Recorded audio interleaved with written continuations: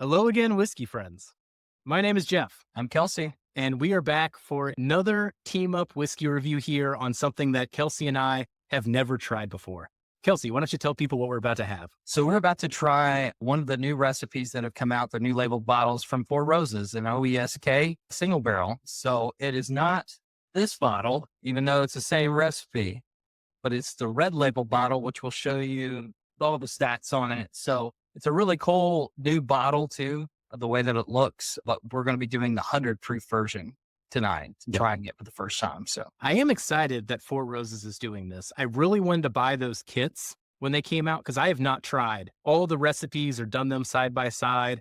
I think even at the barrel proof single barrels, I think I've only had 3 or 4 recipes. yeah, me too. I don't typically, there's only a few that like hit me right. A lot of them hit me too florals. So I have tried some really older expressions of the single barrels and have been really impressed with that. But I haven't tried a lot of these. Now, I will say that this is one of my favorite single barrel offerings that they did way back in the day whenever I first started drinking. That's when I was still putting the bottle in the freezer.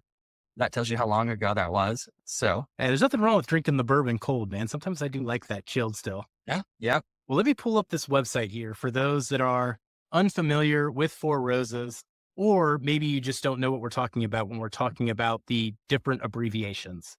So the first letter in the abbreviation just stands for Four Roses. It's just the distillery. And the third letter is straight bourbon. So you're always going to have an O and an S in each of their recipes. The second letter is about the mash bill, and the fourth letter is about the yeast strain. So they got this on their website here, which is pretty cool. I'm going to scan up here, but they got the 2 different mash bills. So B and E, main difference being the percentage of corn and the percentage of rye. So B is 60% corn, 35% rye, whereas E is 75% corn and 20% rye. So both are pretty high rye. You just got a higher rye mash bill with the B. And then they got the 5 different yeast strains here, V, K, O, Q, and F. So that's how you end up with 10 different recipes. So they got the V, which is delicate fruit, K, which is slight spice, O, rich fruit, Q, floral essence, and then F, which is herbal notes.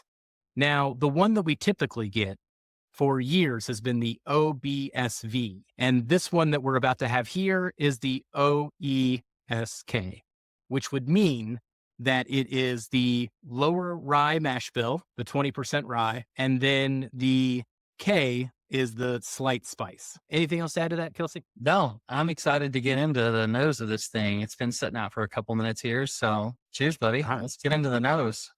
Cheers. And then, it's also 100 proof and $49.99. Hmm.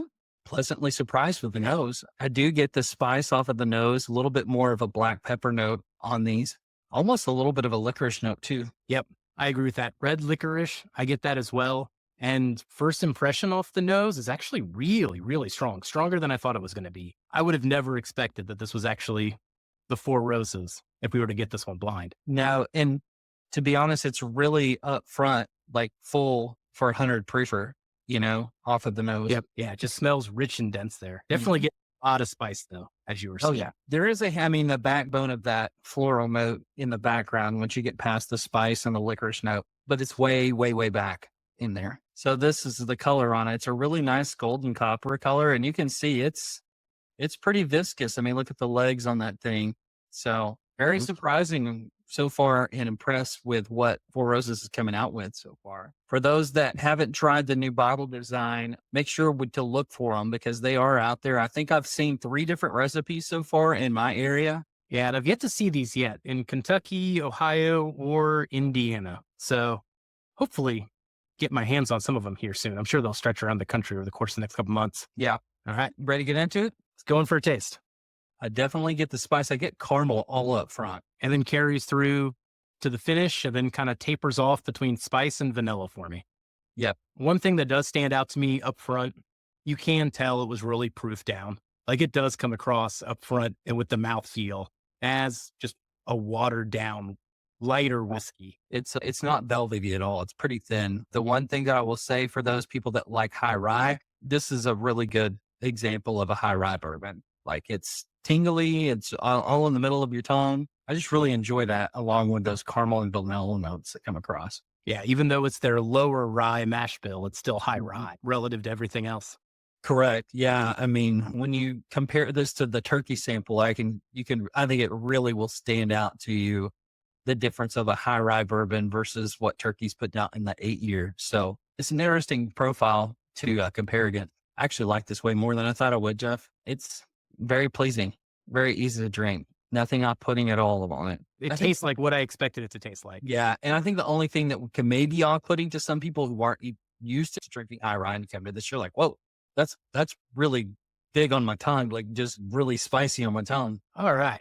So after we go through all the scores and everything, how would you grade this one, Kelsey? I'm going to say low 80s. I would say like 81, 82. I think it has some really positive things for, somebody who's just getting into bourbon or sees a great example of a heritage brand doing something right and really well. So I think that's a fair score for that.